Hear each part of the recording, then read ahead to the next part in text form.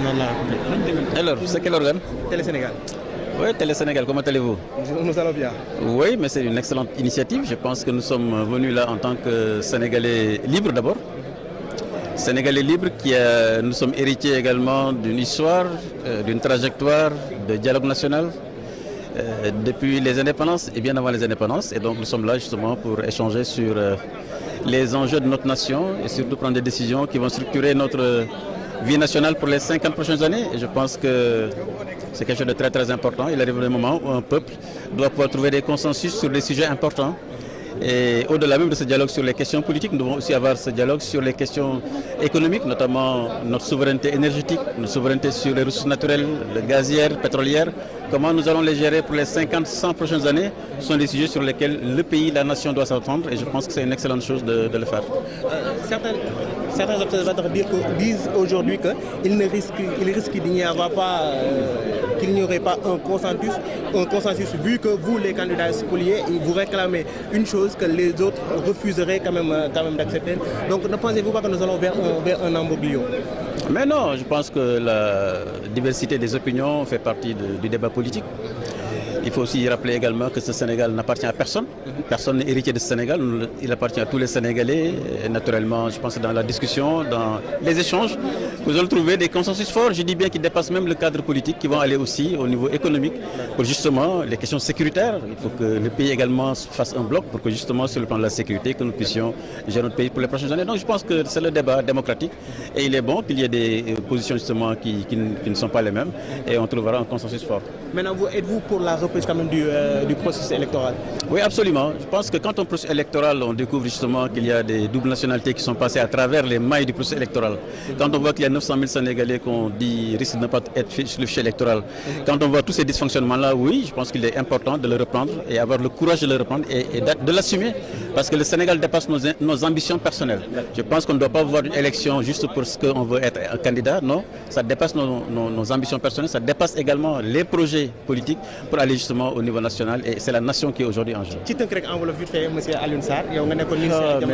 nga teew fi en tant que candidat spolié ban gis-gis nga am ci woote bi nga xam ne président de la République woote na ko. Oui, dama ko rafetlu parce que dama jàpp ne réew mi nga xam ne mooy réew Sénégal d'abord c'est un pays de liberté. Les hommes et les femmes sont libres.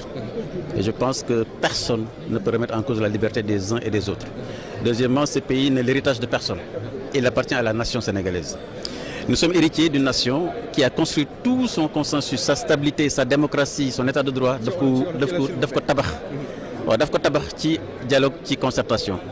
Et dama jàpp ne aussi war nañu waxtaan au-delà même des questions politiques waxtaan ci les questions économiques parce que suñu gaz suñu pétrole war nañu waxtaan naka lañ koy téye fii ak juróom fukki at téeméeri at yi di ñëw naka lañ koy saytoo comme réew yëpp lañ ko def si ci waru kaaraange naka lañ koy saytoo donc dama jàpp ne lii xalaat bu baax la et Sénégal dañ ci war a jàpp parce que Sénégal tey daf ko soxla boo xoolee li wër Sénégal tey ci wàllum fitna ci wàllum ñàkk kaaraange yaakaar naa war nañ bàyyi xel ne lii kat jombul Sénégal et que donc baax na tous les acteurs politiques sociaux économiques war a mën a dajaloo nekk benn bloc pour que ñu mën a wax la nga xam ne mooy suñu njëriñu réew suñu njëriñu askan. Monsieur le ministre ñoo ngi lay nuyu di la jaajëfal voilà mu nekkoon le ministre Alioune Sarr l'honorable député Cheikh Abdou Bara Dolly itam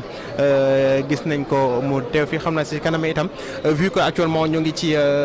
ni nga xamante ne noonu la ñu nekkee di placé ak sax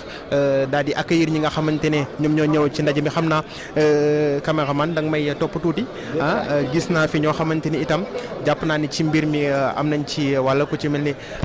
Cheikh Alassane Sène moom gis nañ ko nga xam naa si kanam itam dinañ dem ci moom mais il faut aussi noter la présence quand même d'acteurs culturels ku ci mel ni Coumba Gawlo Seck gis nañ ko fi Coumba Gawlo Seck gis nañ ko fi voilà moom ngeen gis noonu à l'écran moom itam bokk ci acteurs culturels yi nga xamante ni dañuy béy seen waar lool ci réew mi ku fi mel ni itam Carlou D gis nañ ko ci moo nekk ne ngeen daal di seen noonu xam naa su ci kanam itam du ñàkk ñu daal di dem ca ñoom essayer am réaction waaye itam ñi nga xamante ni ay acteurs politiques lañ xam naa suñu leen installé ba pare dinañ dem ca ñoom itam essayer leen jël ay réaction ci ñoom ñi nga xamante ne dañoo ñëw fii nii au niveau de la CICAD teewee fi li nga xamante ne moo di ndaje mi di dialogue national wala sax concertation comme ni ko président daal di waxee woon keroog ci janoom ak sunu ay confrères wax ci li nga xamante ne moom mooy ndaje mi waaye solo ndaje mi tey ba dégg ngeen ni sànq ministre Alioune Sarr kàddu gi nga xamante ne moom la daal di yëkkati jëmee ci mbir mi donc xam naa régie ñu sama cameraman plutôt ñu déplacé wu un peu quand même xool yeneen jël xeneen réaction ñi nga xamante ni itam ñoom ñoo ñëw fii tey fekkee si ndaje mu am solo mi nga xamante ne président de la république daal dina koy woote comme ni leen ko waxee noonu chef religieux et coutumière comme ni ngeen ko gisee sunu papa Oustaz Diaga itam gis nañ ko fi bu baax a baax moom itam il a marqué de par sa présence donc ñu ngi fi gis ñëpp tey ñun ñoo fi teewal njabootu diine yi ak yi nga xamante ne mooy kilifa aday ñoom ñëpp ñoo ngi fi teew. On a aperçu aussi le directeur de la CNRA monsieur Babacar Diagne moom itam daanaka mu ngi ci salle bi organe régulateur bi nga xamante ne ñoom ñoo yore wàllum presse bi ñoom itam ñoo ngi fi. donc ñëpp ñi nga xamante ne daal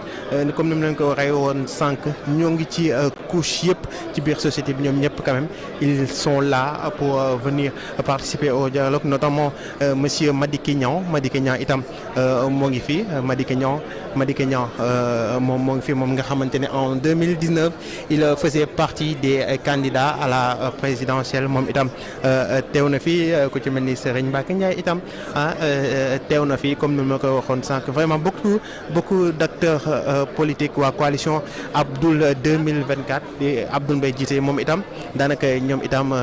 ñoo ngi fi bu baax a baax xam naa dañuy continuer rek pour gën leen a wan ñi nga xamante ne ñoo ngi fi xam naa damay essayer jël honorable député de Cheikh Abdou laaj ko moom itam